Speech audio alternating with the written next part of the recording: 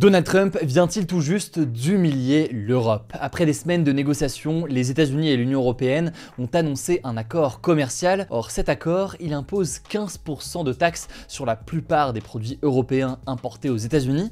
Il engage aussi l'Europe à acheter massivement de l'énergie des États-Unis. Alors, est-ce une défaite colossale pour l'Union européenne et une victoire pour le président des États-Unis? On va essayer d'analyser aujourd'hui factuellement la situation. Salut, c'est Hugo, j'espère que vous allez bien et c'est donc le sujet à la une de ces actualités du jour sur YouTube et en podcast audio. C'est un accord très puissant, c'est un accord très important, c'est le plus important de tous les accords. Ces mots, ce ne sont pas les miens, ce sont ceux de Donald Trump après son entretien avec Ursula von der Leyen, qui est la présidente de la Commission européenne, qui de son côté n'a peut-être pas eu des mots aussi élogieux, on va dire, envers cet accord. Elle parle d'un bon accord qui apportera, selon elle, de la stabilité. L'Union européenne et les États-Unis ont en effet trouvé un terrain d'entente dans cette guerre commerciale qui les oppose maintenant depuis des mois. Il y aura donc désormais une taxe de 15% sur la plupart des exportations européennes vers les États-Unis au lieu des 10% qui étaient appliqués depuis le retour de Trump à la Maison-Blanche. C'est donc une hausse par rapport aux 10% qu'il y avait ces dernières semaines. C'est tout de même quelque chose qui évite de passer à 30% de taxes début août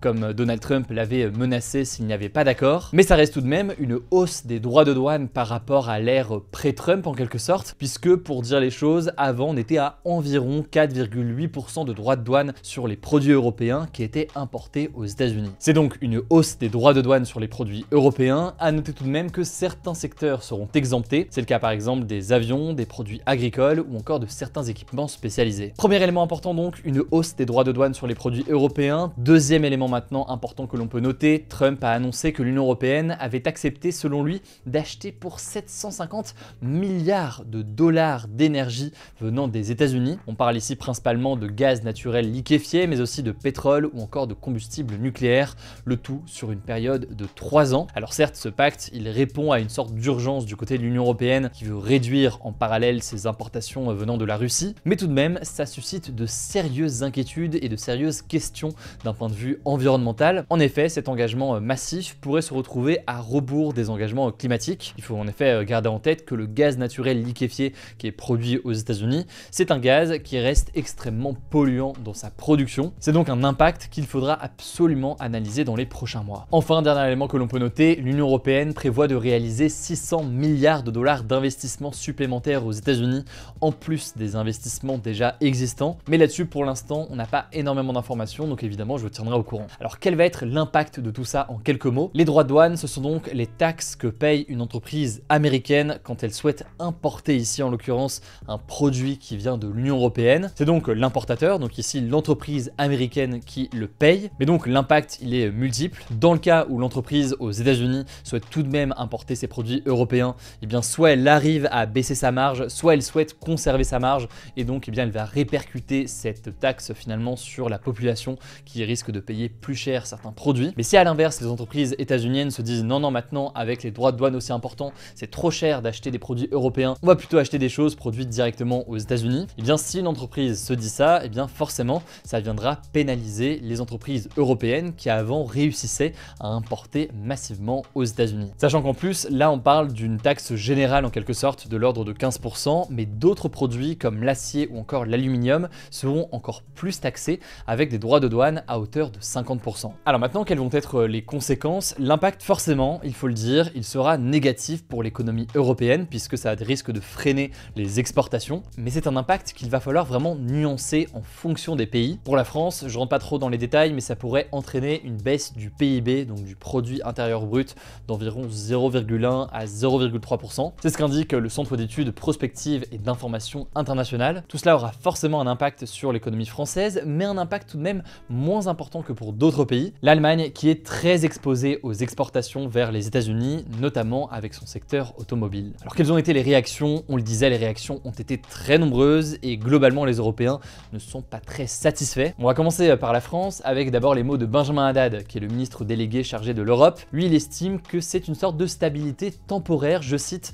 aux acteurs économiques menacés par l'escalade douanière américaine, mais cet accord reste déséquilibré, fin de citation. Mais les mots dont vous avez peut-être entendu parler aujourd'hui, on en a parlé directement sur notre compte Instagram, c'est les mots du Premier ministre François Bayrou qui est allé plus loin et qui a dénoncé ce lundi un jour sombre septembre, allant même jusqu'à déclarer que tout cela ressemblait à une forme de soumission. Jean-Luc Mélenchon de la France Insoumise parle de son côté d'un accord de la honte, dénonçant des concessions donc trop larges données à Donald Trump, tandis que Marine Le Pen, du côté du Rassemblement national, a qualifié cet accord de fiasco politique, économique et moral. Enfin, dernière réaction que l'on peut noter, celle du Parti socialiste qui craint, je cite, une vassalisation de l'Europe au profit des États-Unis. Alors parmi les réactions, on va dire, plus positives, si on peut utiliser ce terme-là, il y a tout de même certaines réactions qui, en quelque sorte, sont rassurées que les droits de douane ne soient pas allés au-delà. C'est le cas par exemple du chancelier allemand Friedrich Merz, mais c'est le cas aussi en Italie de la première ministre italienne Giorgia Meloni, qui a salué cet accord comme étant une solution pour éviter une guerre commerciale, tout en restant prudent sur la suite. Bref, pour résumer, l'Union européenne a certes évité le pire, mais à quel prix? En tout cas, c'est clairement une sorte de victoire pour le président des États-Unis, un Donald Trump qui, au passage, réussit ce pari de façon similaire dans d'autres pays. Autrement dit, malgré le chaos extrêmement important qui a eu un impact, y compris d'ailleurs sur l'économie des États-Unis, il semble, en tout cas à court terme, relativement gagnant dans ces négociations. On va donc continuer à analyser factuellement la situation. Je vous tiens au courant ici en podcast et directement sur Instagram. Vous êtes près de 5 millions là-bas. Merci beaucoup et si vous n'êtes pas encore abonné,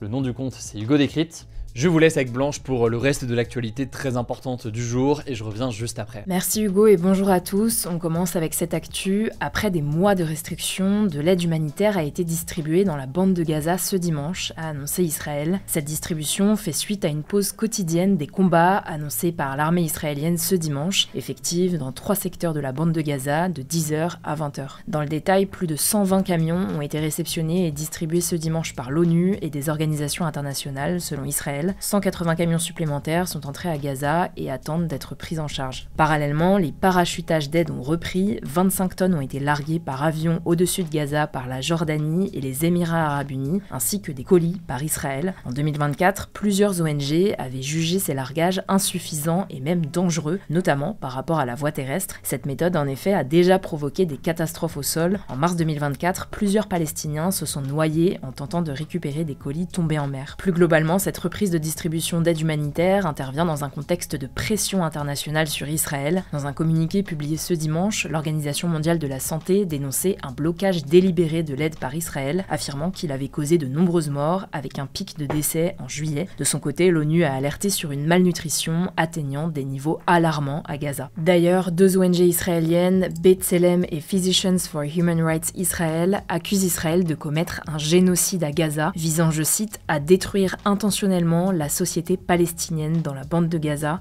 après une enquête de plusieurs mois. Un génocide, comme il est défini dans la Convention du 9 décembre 1948, désigne tout acte commis dans l'intention de détruire, ou tout ou en partie, un groupe national, ethnique, racial ou religieux. Deuxième actu en France, la pétition contre la loi Duplon, lancée par une étudiante le 10 juillet dernier, a dépassé les 2 millions de signatures ce lundi sur le site de l'Assemblée nationale. Adoptée le 8 juillet dernier, cette loi agricole très controversée autorise notamment sous condition le retour d'un pesticide interdit en France depuis 2018, mais encore autorisé ailleurs en Europe, qui est très nocif notamment pour les abeilles. La loi favorise aussi les élevages intensifs et le stockage de l'eau via des méga-bassines. La pétition contre cette loi avait franchi les 500 000 signatures, une première sur la plateforme de l'Assemblée nationale, ouvrant la voie à un possible débat parlementaire. Mais la ministre de l'Agriculture, Annie Genevard, a affirmé que le texte serait de toute façon promulgué, jugeant extrêmement périlleux d'envisager une seconde délibération. En tout cas, le Conseil constitutionnel, qui est chargé de vérifier qu'une loi est bien conforme à la Constitution, la norme suprême en France, a été saisi mi-juillet par des députés et sénateurs de gauche. Il doit rendre son avis a priori le 7 août et pourrait censurer tout ou une partie de la loi. Emmanuel Macron, de son côté, pourra ensuite promulguer la loi ou demander une nouvelle lecture au Parlement. On suivra ça. Troisième actu, un incendie s'est déclaré dans un gîte accueillant des personnes en situation de handicap en Charente, à l'ouest de la France, faisant au moins 4 morts et 1 disparu selon un bilan provisoire. Le feu s'est déclaré vers 4h30 du matin sur la commune de Montmoreau, au sud d'Angoulême, et pourrait être dû à un dysfonctionnement de l'installation électrique. Au total, 14 personnes se trouvaient dans le bâtiment au moment de l'incendie, dont le couple qui tenait le gîte. Ce feu survient un peu moins de 2 ans après celui qui avait fait 11 morts dans un gîte accueillant lui aussi des personnes en situation de handicap léger près de Colmar. Quatrième actu en Turquie, une température de 50,5 degrés Celsius a été enregistrée ce vendredi à Silopi, dans le sud-est du pays. C'est un record absolu à l'échelle de la Turquie. Selon les autorités, 132 stations météo du pays ont enregistré ce vendredi des températures records pour un mois de juillet. Le précédent record national de 49,5 degrés avait été mesuré plus à l'ouest en août 2023 dans la province d'Eskişehir. La Turquie fait actuellement face à une canicule et à des incendies dans plusieurs régions. Mercredi, 10 ouvriers forestiers et secouristes bénévoles sont morts en combattant un violent feu de forêt dans la province justement d'Eskişehir. Avec le changement climatique, ces vagues de chaleur et records de température risquent d'être de plus en plus fréquents et plus intenses. Et on finit avec cette actu. Pour la première fois en plus de 70 ans, un vol commercial en provenance de Moscou en Russie a atterri à Pyongyang, la capitale de la Corée du Nord, ce lundi. Il s'agit d'un vol direct opéré par la compagnie russe Nordwind Airlines avec 400 passagers à son bord. Cette liaison aérienne, qui devrait être assurée une fois par mois selon la Russie, marque l'ouverture d'une nouvelle connexion régulière entre les deux capitales. Le premier vol de Pyongyang vers Moscou est prévu ce mardi selon l'agence russe TASS. Cette liaison est en tout cas une nouvelle étape dans le partenariat entre la Russie et la Corée du Nord depuis l'invasion russe de l'Ukraine en février 2022. La Corée du Nord soutient activement l'effort de guerre russe en fournissant armes, munitions et soldats selon des sources occidentales. Les deux pays sont unis depuis 2024 par un pacte de défense mutuelle et ont récemment réaffirmé leur alliance. Je vous mets des liens en description si vous voulez en savoir plus.